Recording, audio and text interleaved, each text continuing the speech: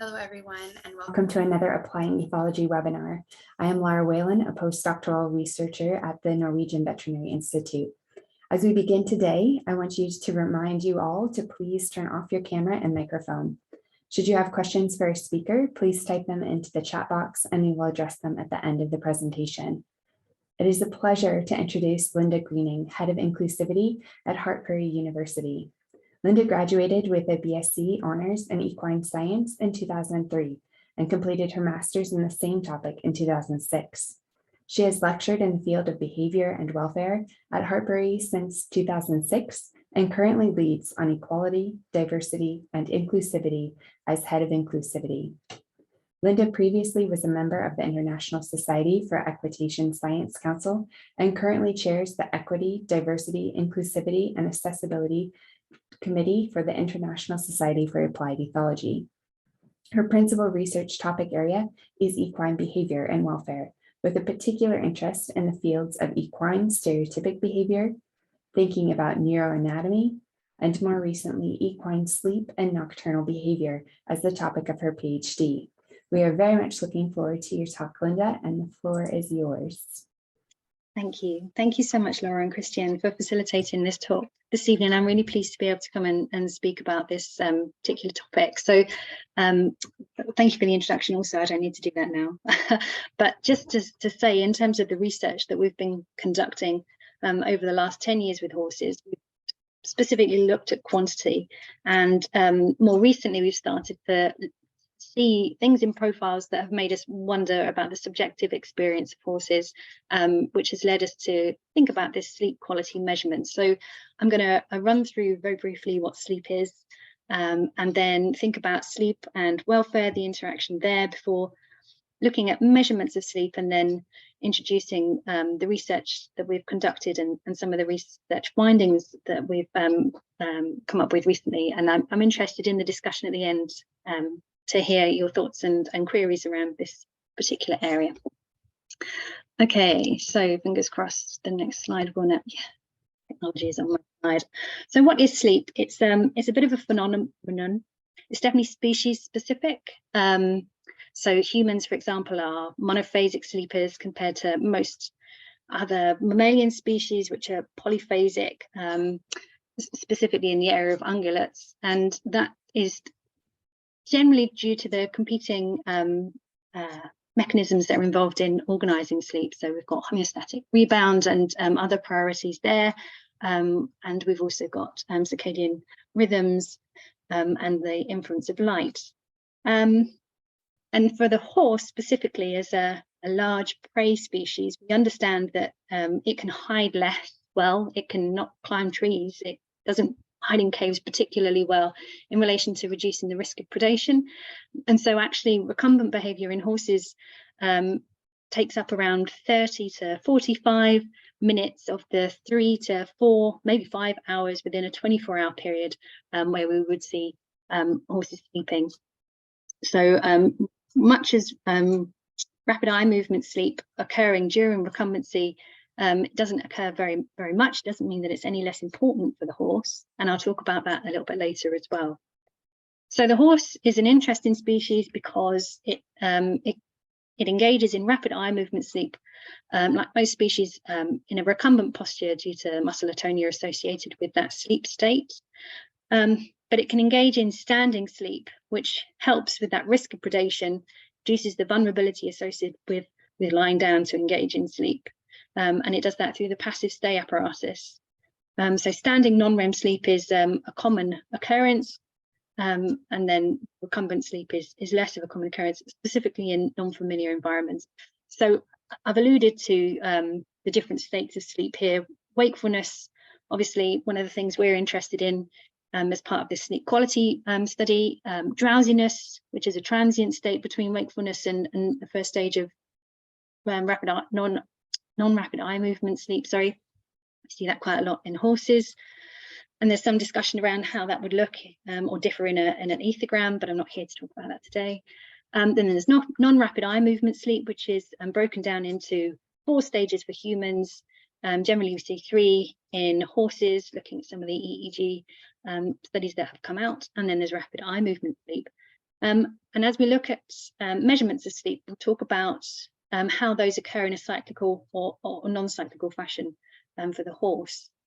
So hopefully that's a useful introduction to a bit about sleep and a bit about horse sleep. Okay. So this is George. George is enjoying some really nice lateral recumbency here, more than likely in REM sleep, looking at all the bodily symptoms, we might say. And he's up in the Highlands, so he's nice and hairy most of the year. But I wanted to bring this in to think about sleep and welfare, because we understand that there is a link between sleep deprivation, so a reduction in sleep cumulatively over time. And for horses, we see that sleep deprivation, this lack of ability to engage in recumbent postures that would facilitate REM sleep, will link to spontaneous collapse over time, thanks to the work at the Ludwig Maximilian group, veterinary group over in the University of Munich. And sleep deprivation for horses then can be quite a serious welfare issue, where spontaneous collapse is not particularly well understood, and amongst the horsey public, shall we say, is commonly referred to as narcolepsy, which is entirely different again, and doesn't help the owner recognize that it's the environment which is preventing the horse from engaging in behavior which is important for the purposes of sleep, that would promote a better welfare state. But I guess it's also worth thinking, you know, let me bring this wonderful diagram up. So within the review, the sleep review paper that we've published recently, we talked about how sleep deprivation has the potential to diminish animal welfare, but the factors affecting welfare, so physical, psychological stress and environmental factors, as you can see on the diagram, they have the potential to affect and thus further affect the welfare of the animal. So the relationship between sleep and welfare is not simple and straightforward, and something that we will continue to look at. And we have looked at welfare. We've looked at how we can manipulate environmental factors, make changes, positive, we expect changes in terms of the behavioural profile overnight. And we've done that with changes to bedding depth and with the introduction of music and looking at lighting. We've looked at that in the past. We're also looking at it currently and linking that in with circadian rhythms. So, and all of the research that we've conducted so far, thinking about environmental factors and affecting the sleep profile, they have all used sleep duration measurements. So here's a hypnogram with, thanks to Magdalene Callas for her dissertation using EEG in horses, producing these wonderful hypnograms that, as we were reading as part of the review, we came across a number of individual variances which we thought were particularly interesting. So on here, what I've tried to do is show you the different ways in which you can measure sleep, so that the sleep episode is probably best reserved for monophasic sleepers like the human. We can think about sleep sequences, so the duration of time between wakefulness and another period of wakefulness. And we can also think about that in relation to the beginning of a non-REM cycle to the end of a REM cycle, so a non-REM to REM cycle. We can also measure it in relation to sleep. Well, there's measurements of sleep in relation to the latency until REM sleep occurs. We can also look at the latency to sleep onset, and we can also look at other parts of the sleep-wake cycle. What we've done in the past with our R's is kind of a basic version of this, should we say. So we've taken states of behavior and inferred sleep states from them using seminal EEG research and existing EEG research, the behavioural measures that have been described as part of those. And we've talked about accumulation, so the total duration of, for example, standing non-REM sleep, and the total duration of lateral recumbency relative to REM sleep. So we've only looked at sleep duration over the research that we've carried out so far, and we came across hypnograms that looked like this, which made us think, well, crikey, that doesn't really look like anything we've seen before. And actually, as we were writing the review, it had more similarities with an elderly human hypnograph than it did with a human hypnograph or anything else. And then we started to think, you know, as a prey species, wakefulness, what does that mean for the animal? Does this profile here suggest lower quality sleep? How can we start to think about what we've measured in the past? So if we look at the first green arrow there are 3 sequences of REM there, those blue periods on the hypnogram. So if I come up here, because I need to use this screen in a minute, this is REM, this is REM, this is REM. And we might say that this REM episode, oh, no, sorry. I don't want to spoil the surprise. Oh no, I don't want to go that far back either. Here we go. So we talked about this REM episode here. This, we might say that this is kind of a 45-minute window. So this sleep sequence here, this is a 45-minute window in which there's different periods of REM sleep, but there's also then these periods of wakefulness, which we can measure very carefully with a ruler, rather basically, but still, as being less than 3 minutes in duration. And if we look at the other green arrow over here at 5 o'clock, we think about this sequence of sleep here, this non-REM sequence of sleep. Oh, goodness. Sorry, I'm not doing. Then we can see there that there's about a 50-minute period, a 50-minute period of non-REM. There are 7 occurrences of wakefulness in there lasting less than 3 minutes. And, you know, if you kind of rounded it up to being around 3 minutes, then we've got around 20 minutes of that sleep state, that behavioural sleep state, where the horse is not technically asleep. And so if we only looked at the sleep duration, we wouldn't accurately know about the horse's sleep experience per se. So that's where the idea of sleep quality came from, essentially. And this is the video that really wants to play for you. So this is Storm in his stable overnight, engaging in standing non-REM sleep. Yeah. I'll just speed it up a little bit. So no ear movement, no muzzle movement, very little, no limb movement. And then we have this period here where he's definitely awake. There is muscle movement, there's licking and chewing, there's limb movement, there's ear movement. There's all kinds of bits and pieces that are occurring until he falls back asleep again. And these are numerous for this horse, particularly throughout the night. So we started to think about this concept of quality, not quantity. We know about reduced sleep and we know about sleep deprivation over time, but what about the effects of actual sleep disturbances? And what's the cumulative effect of these sleep disturbances as well?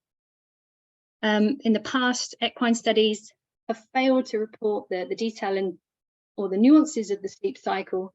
We have looked also at total sleep time, thinking about non-REM and REM duration, and sometimes combining that as the primary measures of sleep. So what is sleep quality? Well, it's complex. Thinking about human sleep, it's based on the individual nature of the experience of sleep and the way that the individual feels upon waking. So sleep quality is generally subjective reports that humans make, but there are opportunities, or there has been comparisons between subjective reports and objective measurements. So for example, thinking about sleep onset latency, thinking about total wake time or total sleep time, but these objective measurements are not always capable of differentiating between levels of sleep quality. So for example, measures often do not differ significantly between normal sleepers and insomniacs or individuals who continue to subjectively report poor quality sleep. Correlations have been made, however, between some aspects of sleep architecture and subjective reports, primarily the number of awakenings during total sleep time. And this helped us answer the question that had been lingering when we started to look at sleep quality, which was, how do you take measurements of sleep quality from non-verbal species? Well, we can do it by awakenings. So awakenings, they're called sleep disturbance, they cause sleep disturbance or disruption, referred to as fragmentation or interruption, arousals, and wake sequences and episodes. There is some functional significance to these awakenings. So looking at the work of Hawaz et al. Back in the early 21st century, thinking about the ascending and descending sleep loops in terms of human sleep cycles. So as an individual is descending into sleep, the homeostatic need for sleep is really strong. And so the awakenings help the individual to recognize subconsciously that the environment is safe enough to continue to fall into a state of unconsciousness, essentially. And so it drives sleep. So those awakenings are really functional. And then on the ascending sleep loop towards wakefulness, going through REM sleep, those awakenings can be less useful, I guess, and result in more wakefulness and more disruption and more fragmentation. So there are also species-specific differences between how sleep interruptions or awakenings are measured, and also in relation to different measurements you can take. So microarousals in an electroencephalography reading would be anything less than 3 seconds. Technically, as I understand it, it's a very small period of time, literally tiny, tiny arousals. Whereas in rodents, they're looking at something called a brief awakening that doesn't result in a long-term wakefulness afterwards. Long-term wakefulness is anything greater than 300 seconds for rodents, suggested as part of the research there. But we went along the lines of 3 minutes in humans, thinking about how horses do or don't have or experience interruptions, looking at the kind of behavioral characteristics, I guess, over time. So it suggested that after 3 minutes, a human individual cannot easily revert back into sleep. So we're suggesting that anything over 3 minutes would turn into a period of wakefulness, as opposed to an awakening or a wake sequence, or however you would like to call it. And that's what we thought that would be really interesting to look at, is the frequency of these awakenings of less than 3 minutes that you see inside of a sleep state within a horse's nocturnal behavioral profile. So it's also worth highlighting, I guess, that there are differences between species. I don't necessarily think there's any normal species specific rate of awakening that's been determined yet. Just bear that in mind. To determine when awakenings can be considered as disruptive. So rodent sleep is highly fragmented,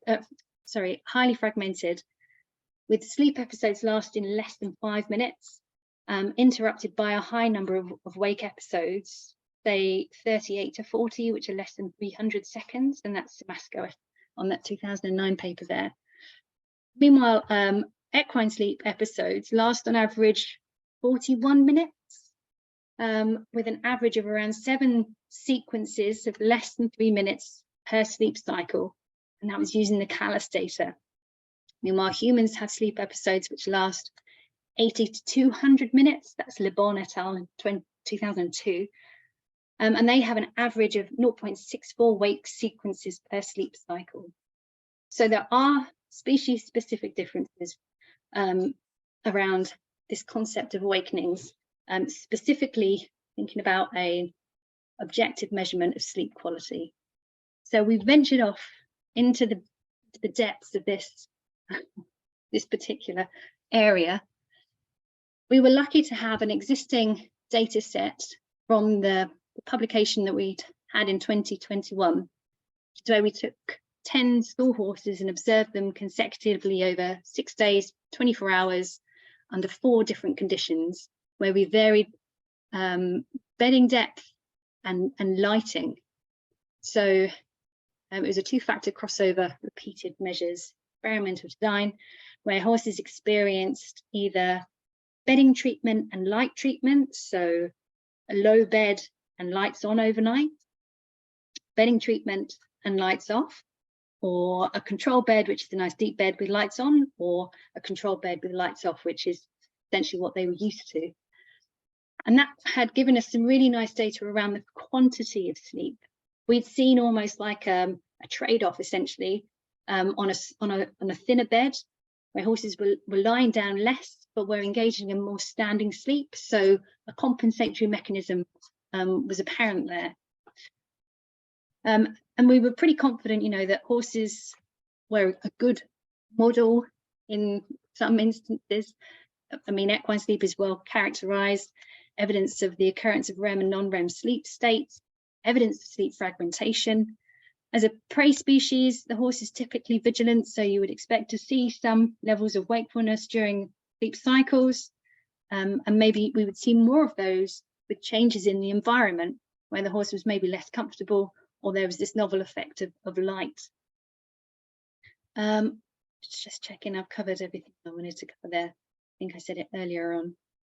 So we were interested in whether there were differences in the quality scores using novel equations, which I'll introduce in just a minute. We were interested in whether those quality scores were different across the bedding and lighting conditions, where previously, as I say, we'd seen less recumbency and more standing treatment bedding, and some differences with light as well. So, using our pre-existing data set, we set about working out total sleep time, and using the data that we had, we were able to see the total number of arousals that were occurring inside of sleep states which were less than 3 minutes. And we measured that frequency essentially. And for the equation, this first equation, we simply took total sleep time, so that was all of the sleep, and divided by the total number of arousals that we saw across that night. And where we're therefore dividing a large number by a smaller number, we would expect to see that number decrease. So a lower score is associated with a higher frequency of arousal and lower quality sleep, as we hypothesized.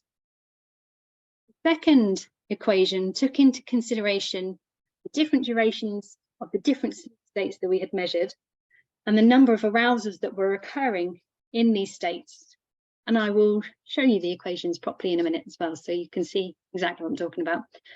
In the third equation, we recognized that much as REM didn't occur as much, it was definitely as important. So if we were to try and balance out we recognize that non-REM sleep is occurring probably 3 times more than REM sleep, we put a weighting of ×3 against our REM to try and balance that out and see if that had any difference. And then finally, we separated out the 2 different sleep states and divided those by the number of arousals to work out if there was any nuances between those 2 states themselves. And I think one of the important things to think about here is the importance of the +1. So where we had a total sleep time of, say, 50 minutes, and there were no arousals, that would be 0. And that would mean that the horse would come out with a score of 0, because if you divide 50 by 0, mathematically, you can't deny it, you get 0. So by adding 1, so the total number of arousals +1, at least what we were finding was that 50 minutes divided by 1 was still a very high number of 50, and more a better depiction of what actually was happening. So just to highlight some of the things that are happening in these graphs here as well, without hopefully clicking onto the next slide again. Here we've got light. Oh, yeah, here we've got light, and these are the profiles of the scores across the 6 days of the experiment. Number 1, the blue line, top line here, for example, number 1, this is control. So this is deeper bed. Oh, sorry, the lights are off. And for the red line, the bottom line here, light 2 is treatment light, where the lights are on overnight. And on this right-hand side here, similar again for bedding, 1 is control bed, so a nice thick bed, and 2 is treatment bed, or so a thinner bed. I've done it and gone back again, haven't I? Right, here we go. So this is total sleep time divided by total number of arousals. And on the left-hand side in this green table, BCL is bedding control, LC is lighting control, BT is bedding treatment, and LT is lighting treatment. So at the top, we've got almost optimal conditions, bedding control and lighting control. And the second highest score here, so a high score is indicative good quality sleep. The highest score, however, was achieved with bedding treatment and light control. So interesting, and we'll come on to that in the discussion. The lowest scores were both for light treatment, the way the lights were left on. And when we look at this profile, the middle graph here, the light graph, we can see that the score is generally increasing over time, which was interesting. Okay. At the top then, you can see our combined total sleep quality index score calculation, which I hope I've put the brackets in the right place for. So we took the total duration of lateral REM sleep divided by the number of arousals in that state plus 1, and we put that together with the total duration of sternal REM divided by the number of arousals in that state plus 1, etc., and added them all together to come up with a score. And that score you can see in the green table again here, the lowest scores were achieved. So the poorest quality sleep was achieved with lighting treatment, and the highest scores were seen with lighting control. And there's a similar profile on this graph to the previous in relation to light, but a slightly different one when we're thinking about bedding. So some similarities to the previous equation in profile, but if we're thinking perhaps in terms of now score, we start to see a proper cumulative effect of light treatment, of lights being on. Here's our weighted equation. So pretty similar to what we did previously, except that for REM scores, we then times them by 3 so that they were equal in terms of the fact that there was always a smaller amount of REM because it's around 25% or less than the normal profile anyway. So we increased its weighting. And we see some similarities to the previous graph. But understandably then the scores are higher because we've quite increased them. But the pattern in terms of lower scores, so poorer quality sleep, was seen again with light treatment conditions for this particular equation. And then we come on to rapid eye movement sleep. So here we looked at the total duration of lateral recumbency and sternal recumbency where REM was indicated based on behavioural characteristics of what we were watching. And we can see that the lowest score was for bedding treatment, and again both bedding treatment, so the thinner beds were resulting in lower scores for REM, which we started to think about relative to quantity of sleep previously, where we'd seen a reduction in the amount of this particular type of sleep, so the recumbent positions, we'd seen less of it on thinner beds.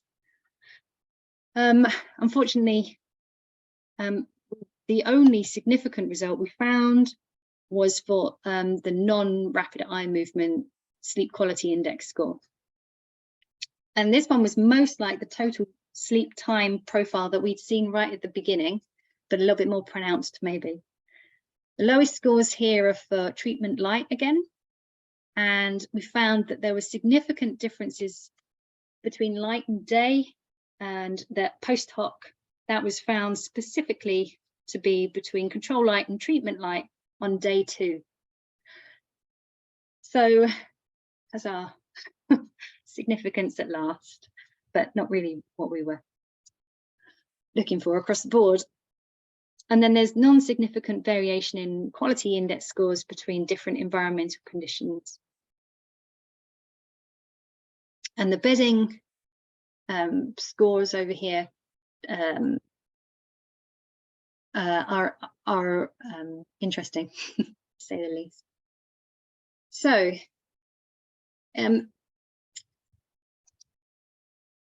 here we go then. All our sleep quality index scores did not show any significant difference apart from non-REM, that non-REM equation only. It's the only significant result that we found overall, suggesting that there is no significant pattern or significant difference when we measure sleep quality relative to the effects of the environment. We suggested that perhaps, as a highly vigilant species, which is prone to waking, the horse has got to learn to adapt to deal with disturbances in the environment. And really what we need to do now is work out what is normal awakening. So what's high and what's low, what does kind of look different in a horse's profile, what wouldn't we expect to see? And we also talked about this relative to the influence of factors outside of the stable that we couldn't necessarily account for in some of the videos, and how that might affect the sleep profile as well. But with, apart from REM, the sleep quality scores increasing, we suggested that, oh sorry, it's not sensitization, we suggested that the horse was habituating to the treatment-like condition. So where we saw low scores between probably days 1 and 3 with lights on, that treatment-like condition, towards the end, 3, 4, 5, 6, we start to see increasing scores suggesting that there is less occurrence of awakenings within the sleep profile. So the horse is adapting essentially to that level of wakefulness, to the environmental conditions that it was sitting in. We saw the lowest REM sleep quality index scores under treatment bedding conditions, and we started to think about the other paper where there was less quantity of that particular sleep on thinner beds, and whether perhaps we saw less awakening in this state on the treatment conditions because it might be linked to the compensatory mechanisms around intensity of sleep.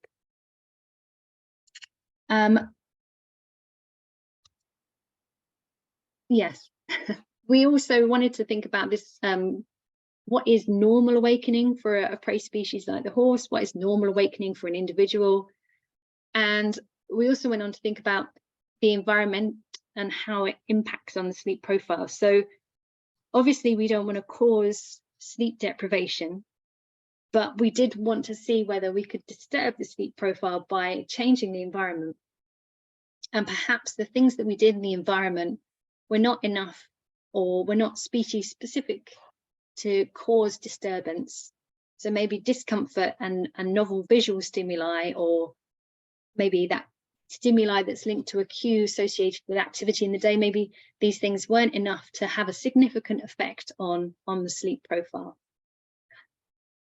And then it moves us on to think about next steps. I think I've ripped through this really quickly, so I'm hoping for lots of questions, kind of. Oh, what a catch-22.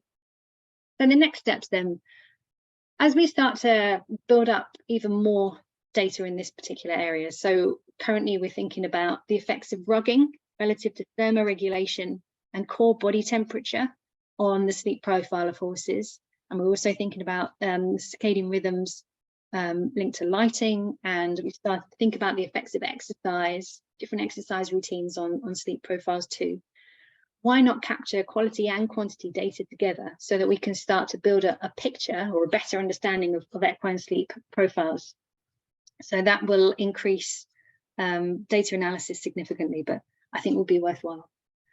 We also need to think about capturing external factors, so things that are happening outside of the stable, to recognize how this is impacting on our horses' sleep. you can definitely in the morning tell when they've been hayed, these horses, and they've eaten some of their hay, and then there's a quiet time before exercise, and they generally come to the back of their stable and have a little sleep. But you always can tell, I think, if someone is walking down the middle of the aisle, because it interrupts them. So I think there's opportunity to understand the influence of variables outside the stable, and think about how that's influencing the sleep experience a little bit more. Oh, and then Ivana, just for you, if you're here, I thought we might sound out a special issue idea, because we talked about how there's research in so many different ways about ungulates and whether they're experiencing different levels of welfare from a sleep perspective.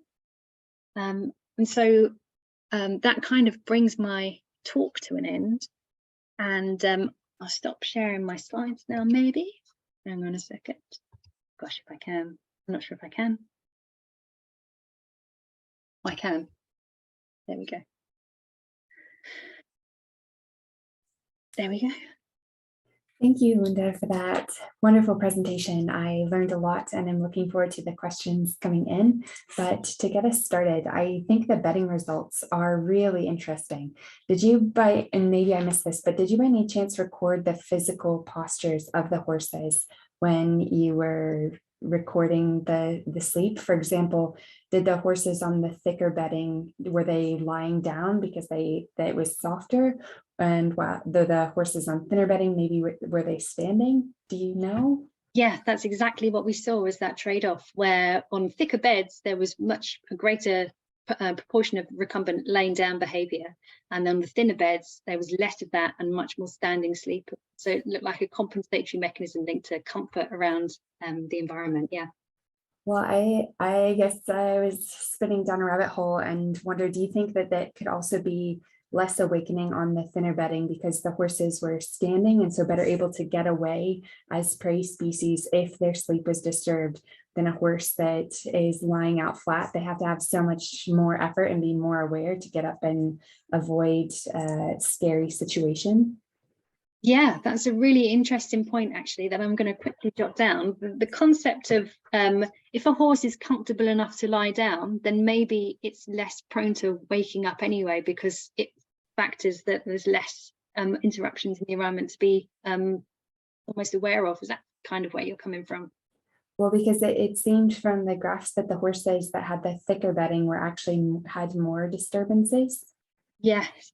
And so I wonder, like, maybe because they were in such a vulnerable position, that maybe they had to be a bit more aware, even though they were comfortable and lying out flat. They also needed to be extra on top of it if something scary happened. Where a horse that was standing, because their bedding wasn't comfortable, then they had more time to react to something that was scary. Yes, yeah. And then that's a terrible trade-off, isn't it? If you are engaging in this recumbent sleep, but you've got better quality sleep, is that so? Yeah. An interesting one, definitely. Thank you. I don't see any other questions coming up. So another question that I had is, going forward, you've thought about all of these mathematical equations. Do you think in the end you only found was it the NorREM equation worked? Do you think boiling down these complex topics to math, it can be useful? Or do you think in the end something like sleep, where there's so many things built in, the farm, the horse, the activity level, that it's really, really difficult? Well, everything is coming down to algorithms and equations these days, isn't it? It feels like. Yes, including speech. Yeah. And so I guess it's always good to have something that would help you predict, maybe, or provide some inferred measurement. And this is a first stab in the direction of that opportunity. But I think there's still lots to learn from the equation, but I'm still trying to get my head around. And it sounds ridiculous, doesn't it? A high score, good sleep, lows, I can't. So yeah, that's just me though, so I apologize. No. I think that inverse when 1 is better than 10 is always Yeah. a bit difficult. Now we have lots of questions. So Avery asks, do you have any thoughts on horses that won't lay down at all? Yes. Yeah. So I talk to a lot of people about horse sleep now, and there's lots of anecdotal reports about different individual horses' behaviour. We had a horse at Hartbury that wouldn't lay down at all and was displaying spontaneous collapse. And we got the vet out, and she was an older horse. We figured that she was in some discomfort, so they gave her some pain-killing medication, but they also increased the depth of her bed, which then we saw her lying down much more and less of that spontaneous collapse. So there are ways to facilitate the environment to help your horse lie down, but individual horses have individual preferences. So I was also made aware of a horse that would go out over the summer, and everyone thinks going out is the optimal for a horse, isn't it? They should be out at grass in a field with their friends, eating all of the time. But this horse would not lie down when it was out in a field. So it was showing spontaneous collapse type behaviour. It would only lie down when it came in over winter in its stable overnight. So being able to recognise that and maybe work out a routine that would facilitate all of the things that the horse needed is an interesting, I think, place for horse owners to be now, to have that kind of information available. Great. Lindsay says, do you have a sense for how individual stabling impacts equine sleep? I know that free-ranging horses often lay down together, and I'm wondering if a social facilitation piece and/or shared vigilance is missing when horses are individually stabled.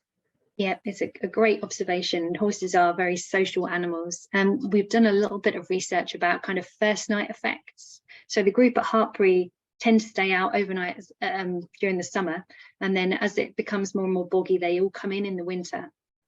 And these horses have been at Hartbury for years now, so they know the routine and they know each other, and they're always kept in the same stable. But even the first couple of nights, compared to 6 weeks later, we saw that there was a reduction in recumbent behaviour. So any kind of unfamiliarity or the removal of that group vigilance, we think, has an effect on the profile of horse sleep.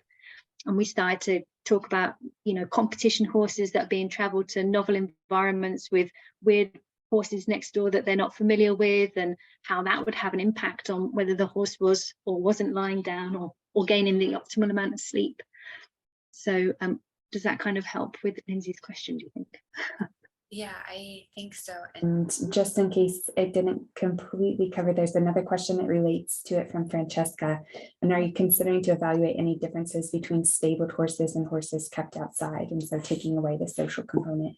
Yes, definitely. There's I've only looked at outside behaviour using GPRS equipment, and it was at a terrible time of the year. It was November, and the horses, it was so muddy in the field, but we were still turning them out so that they would get some good out time with their friends.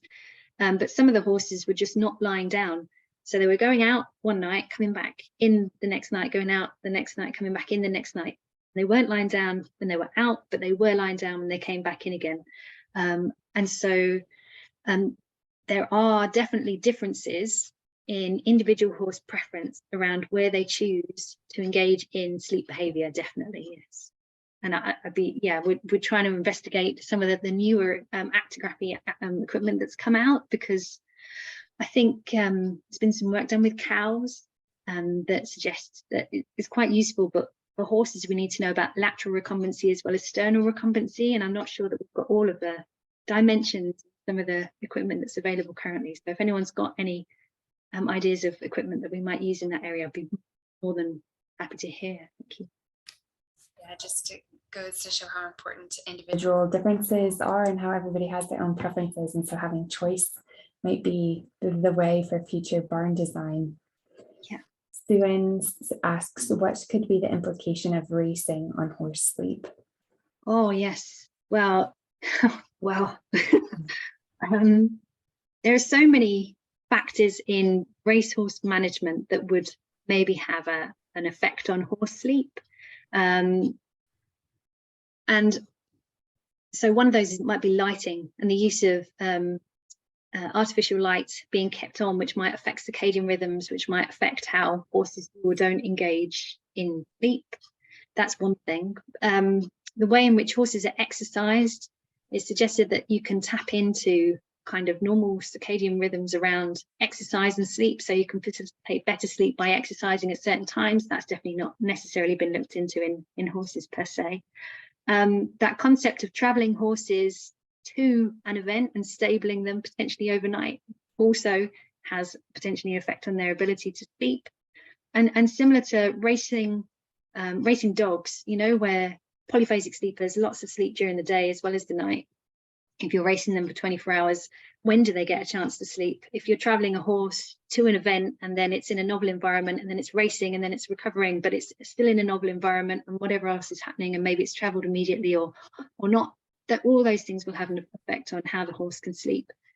We think that it is a really good opportunistic sleeper. We think that it's got the great capacity to compensate in so many different ways, but how long does sleep need to be disrupted before it becomes problematic is probably the next thing that we need to think about, specifically for competition horses. Yeah. There is another question with outdoors, which I think you've mostly gone through it, but I will ask it on behalf of Michelle. Are you aware of any research done on equine sleep that was not conducted on stalled horses? I took a webinar from Joe Bertone a while ago who studies equine sleep deprivation, and it sounded like all the research he was also done completed with stalled horses. Of course, there would be a lot more variables outside, but it seems like since stalls are not a natural environment for horses, it might be hard to completely extrapolate and assume that the data we have would still apply if we were looking at sleep outside. Yeah, definitely, without a doubt. We are missing a whole host of information about what happens nocturnally for horses. Is there a difference between horses when they are kept in isolation but next to each other in strip grazing? Is it different if they're in isolation paddocks? Is it different if they're in a herd? Is it different if they are at different social levels within the herd relative to that level of sentience, and what happens there? So yes, that is a whole area that we need to investigate. But like I say, we need to find the equipment to do that accurately and effectively. From Laura, hi Linda, excellent talk and fascinating research. Do you have any thoughts around the effects of sleep quality on the subsequent daytime experience of the horse? No, that's amazing. That's probably one of the areas to move into next, because working with our yard, it kind of quasi experimental. So it's a riding school essentially, but for the university and the college. So not a riding school in the traditional terms, but essentially, so we're working with a yard full of working horses, and we always say to the yard staff, you know, whenever we're changing bedding that might lead to sleep disruption, please let us know if you see any changes in the horse's normal behavior. So if you see it maybe more lethargic, or if you see that it is tripping more, or if you see that it's more maybe negatively in a negative affected state, then please do let us know, and we'll probably remove that horse from the study if we think that it's in any way linked to what we're doing to it. And so that type of information would be the next step, quality and quantity. We did a small pilot study looking at changing bedding because we knew it could affect sleep profiles, and then subsequent we did judgment bias testing to see if we could affect the mood of the horse through changing its sleep profiles. It was a small sample and there weren't necessarily significant results, but we saw those that were experiencing what we would consider maybe poor quality sleep, less sleep through use of thinner beds, were less opportunistic, I guess, in terms of longer latency times to engage with the ambiguous cue, spending less time with the ambiguous cue as well. So we did start to see maybe an effect of sleep on mood. So yes, Laura, I think that definitely more exploration again. Thank you. Another question from Suen. I missed part of your presentation, and could you, if I missed this, was there any results related to both sexes and age of the group? But overall, wonderful presentation. Thank you. Thank you, Sue. The populations that we've had in the past have been majority geldings and particularly Hartbury, they've been in the older category. So we recognise that there are some limitations in what we can infer from some of this, because it's almost a case study of the horses that we've got available to us at the different places that we've done the research. In the study that we're carrying out currently, looking at standardised lighting, we've got a good mix of mares and geldings, I think, so we might be able to draw some differences or look at differences there potentially. And I think there's different ages there again, so that's something that we would be interested in. There is some research out there, I think it's by Oliveira et al., who looked at, yeah, the effect of age and injury, I think, and or disease linked to age on horse profiles, and they didn't find any significant differences there either, but some differences in profile, I think. Yeah, so worth thinking. Thank you.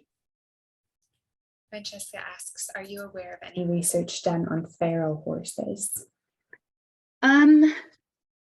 Yes, no. Yes, no. I just recently saw a paper that was published this year looking at lateralization of rest behavior using drones. And I got halfway through the paper and thought, well, I must read the other half, and haven't. And I can't remember the name, but if I put some references at the end of the slides that become available for this group, then I would try and find it and put it on there, if that's okay. That would be the most recent that I've seen thinking about rest behavior in feral horses. Thanks, Linda. That would be amazing. Okay. Melita says, I'm very interested in learning more about the time span spent in each stage of sleep and wakening. I think that one graph shown gave those times, but I believe you are planning on collecting quote unquote normal. If you get normal, may I ask what would you give another talk? Yes, I would. Thank you very much, definitely. That looks like all of the questions. This was a really fantastic and fascinating talk, and thank you so much for taking time to share with all of us. Thank you very much for giving me a platform to talk about this research. I'm more than happy to talk about this with anyone who wants to follow up. My contact details are available, I think, if anyone does. Thanks, Linda. And good evening, everyone. Thank you.